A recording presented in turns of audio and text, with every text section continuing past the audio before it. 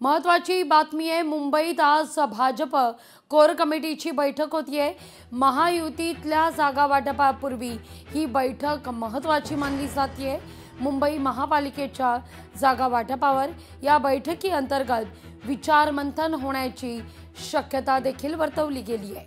दादरच्या वसंत स्मृती या ठिकाणी असलेल्या भाजप कार्यालयात संध्याकाळी या बैठकीला सुरुवात होईल। या सगळ्याविषयी अधिक माहिती घेण्याकरता थेट जाऊया आपले प्रतिनिधी चेतन ननावरे यांच्याकडे। चेतन, मुंबई महापालिकेच्या निवडणुकीमध्ये जागेचं गणित कसं असेल महायुतीत याकरता म्हणून विशेषत्वानं हे विचारमंथन होताना दिसतंय। आत्ताच आपण ऐकलं तर गुलाबराव पाटील यांनी देखील म्हटलेलं आहे जिथे युती होईल तिथे ठीक, पण सन्मानाने युती नाही झाली तर मात्र ताकदीवर लढायला तयार राहा असे इशारे आता शिंदेच्या शिवसेनेकडून दिले जात आहेत।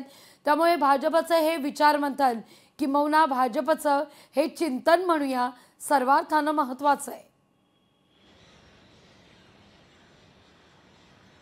निश्चितच लागवी, कारण यापूर्वी झालेल्या 2017च्या मुंबई महापालिका निवडणुकीमध्ये आपण पाहिलं होतं भाजप असेल शिवसेना असतील सर्व पक्ष आहेत ते स्वतंत्र लढलेले होते आणि जवळपास 170हून अधिक जागेवर भाजप आणि शिवसेनेचे नगरसेवक निवडून आलेले होते।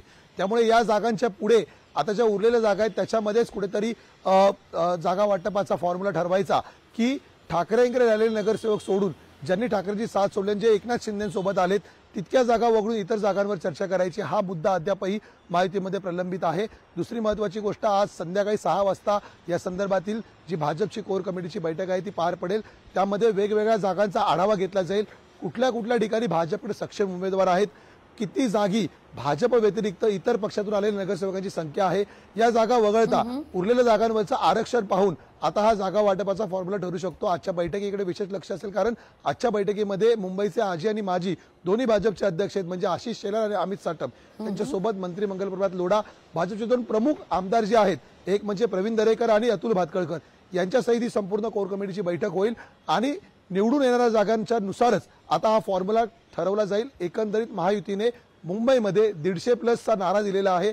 त्यामुळे भाजप या 150 मध्ये 100हून अधिक नगरसेवक निवडून आणण्याचा दावा करत आहे। परिणामी 100हून अधिक जागांचा पहिला दावा तर भाजपचा ठरलेला आहे। मात्र आता हा जागांचा दावा 125 ते 130च्या घरात जाण्याची शक्यता आहे, कारण 227 जागांमध्ये जवळपास 114 जागा तुम्हाला बहुमताचा आकडा घेऊन जातात, 113 जागा तुम्हाला बहुमतावर घेऊन जातात। त्यामुळे इतक्या जागा एकाच्याच बलावरती निवडून आणताना त्याहून अधिक जागांची मागणी भाजपचा करण्याचा प्रयत्न दिसून येऊ शकतो।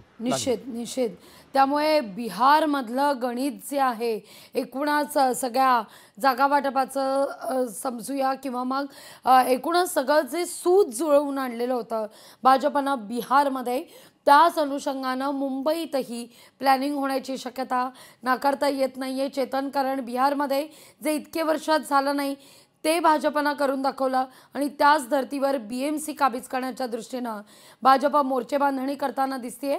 तुर्तास धन्यवाद चेतन। लोकशाही मराठी ऐका, पहा, जागरूक रहा।